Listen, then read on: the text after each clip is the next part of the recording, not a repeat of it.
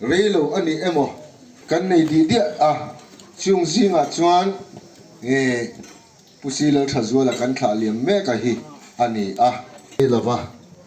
ten a om na huna po hi in chunga te po han thu in emo mi thi a chung te po la mo han thu he seu seva han ti lang po ne chuang lo i lal thazula hui na hu kan mang chu to na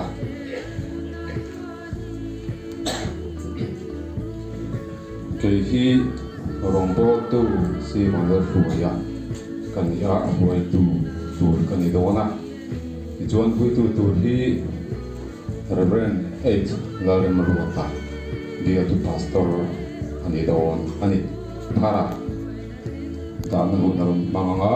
emiso hian BMP lamatangin da tu akha ram to enga chuni so chon BKP lamatang ten le mimal le pol te po da tu kan chuan le huna hian dan hu kan bona hian kan da don ani kan pathian tui lo soi lok to angin mishing nun na te chu chum rei lo te lo lang aral le tamai ang kan sia te thua kan hua lalpa hei wang tak hian eng lai po thang ve thiani ti sia a kanun te kain po sai theu thina turin he thine khoi takin man so sang te pui fana te chung khat lai na te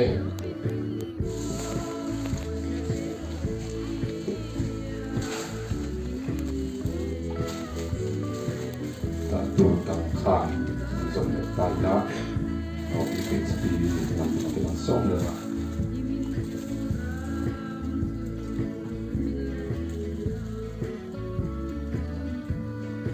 ni mal le si lo ta suala ani hi ya ela ya ko ma tu ya upa bia le thilpe pathian gam chungcha ma ten tlan chingai lo maya anu na hian ton tu tam tak omin ka hria apa kan to ka sian rongbol na hian atlan chingai lo ani piam jeng dang atang te khol dang te kan oma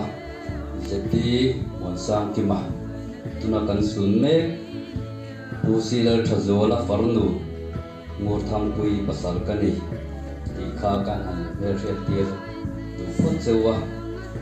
hei thazola chanchin hi soi thiam har don riwin ka hria ani na am tak hian kan soi fu lawang ti te po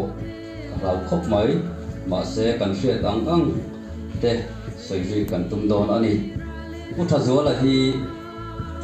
pumang tumale pi za zingi te fa pa ani a mualen pui khochuak ani a kha chan chin ziana paper kha kan sema ta khanin atlang pui chu kan zia ka khang ero kha chu a zong soilo tamai ila tichuanin sa kha chako sum ko lai basaria khanin luang mola hian anron oma nu puite ani ti thu te lekha khan kan ron ziak langa tichuan helaya hian ko save zelin kofran anga pokhan sami le pali hian PCM kofran hi aloya adinga chuta chuanin member anni LIBCM adin tan tir te ko hian kamitha hian alalang ve thina thei to pianin aphak to ka hian rong bol ve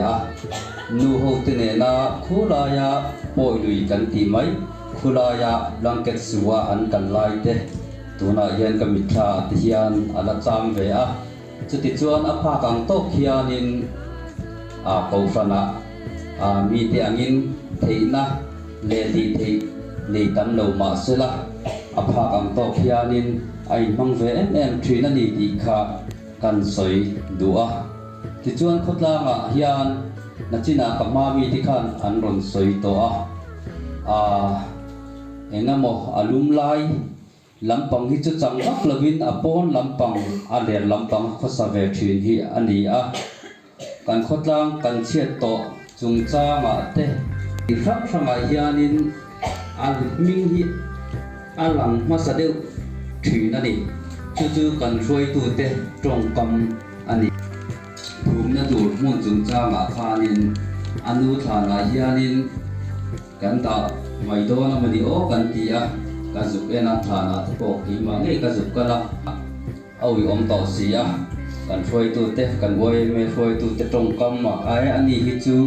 mun wal au lai chang tu ra ni hianin om ve top mai ani a then rol kom thiam ve tak ni hian ka hria kan nu ne na kan in nei ma hian ama ne hian lom wal kom tan tir hian kan in se to kan in zui na sa ve khop mai thil ti ni kho shim hian ram na tho ani emo eng emo ti shim a hian ka phak lo thin ani mi hi a kep ne in mi hi a naw ena mi hi a ol ne thei em thina mangai na hi anga ui lo em a thian te tan po hianin ui ani ngai lo ani chu tiam mi zia chu ani an ka soi fia thiam lo mai thei ani khanin ka du ani ti chuan he an in le lo kan hria lo po lo lu man lovin ti hianin a rem dan angin kanin rema thut na te po arem lo em ani po lampanga te po ni chu ka tan ni ko khom te yen tung tai sakakha kan kap te di ti sa tai la rasiat chu chang ang ten mangni rem chang khan tai sakakha tu mo te do na ni chuan gần man alo mai ta ami malina ni hi ka se lem lo va son khol ka dona kong o makha ka gon ki sola ne na ka soi to hi ke ma hian in thamuan na turin khovela hian se omin in om trin ni ma sila thamuan takin omro ke in khovel kangam ta in asoya avoy ni hian thina rim korwama kan oma enga tinge thamuan takin omro ti hi soi asoi o inti mai thaya hatiang ang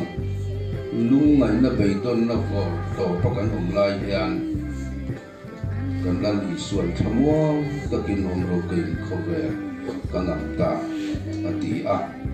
voi na kan chanta pu thazwala ang hian kan sin kong zo to pin hi na kan hason hun athem do na nat na awange mo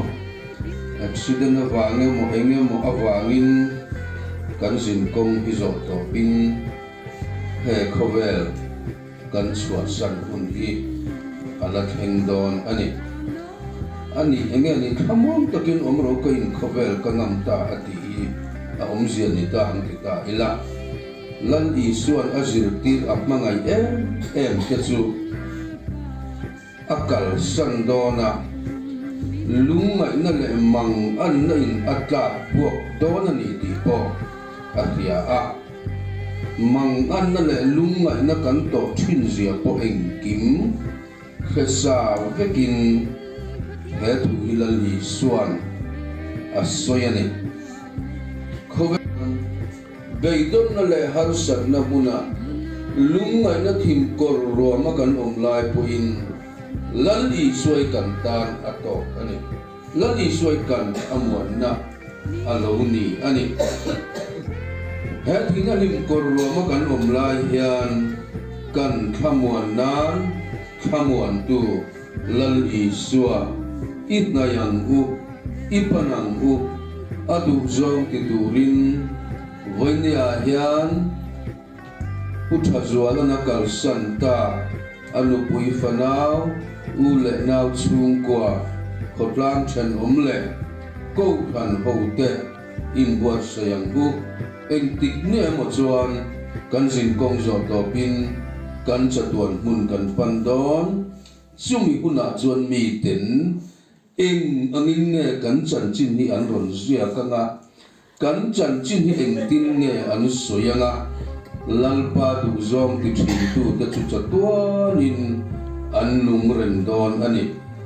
kan pathian thuim thima sela anung rengang ati thamuang takin mo wanya hian kan rongbol pui du om tak mai achan chin kan ngan tha ka po mitlong ngai chiat ni that ni a po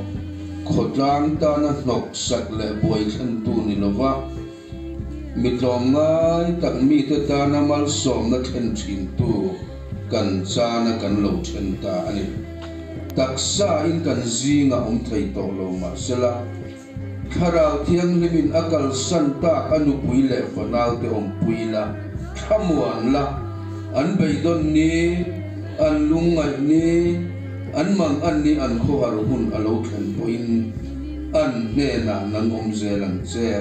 in kan di le amen le tuna